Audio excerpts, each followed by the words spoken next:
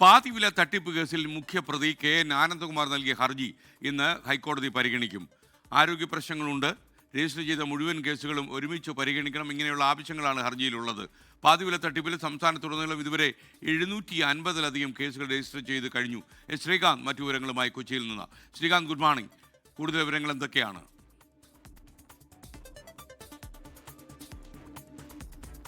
Very good morning എസ്കേൻ. ഈ പാതിവില തട്ടിപ്പുമായി ബന്ധപ്പെട്ട 750 കേസുകൾ സംസ്ഥാനത്തിന്റെ പല ഭാഗങ്ങളിലായി രജിസ്റ്റർ ചെയ്തിട്ടുണ്ട്.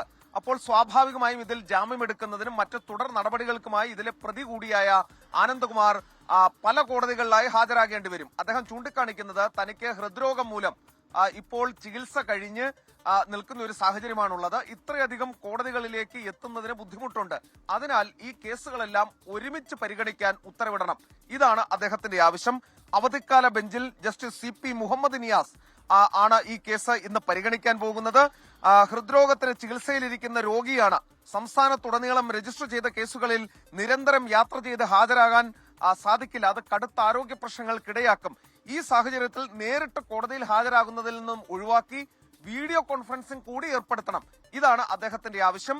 ഇന്ന് 10:15 ഈ കേസ് പരിഗണിക്കുമെന്നാണ് അറിയുന്നത്. SKN ശ്രീകാന്താണ് വിവരങ്ങൾ നൽകിയത്.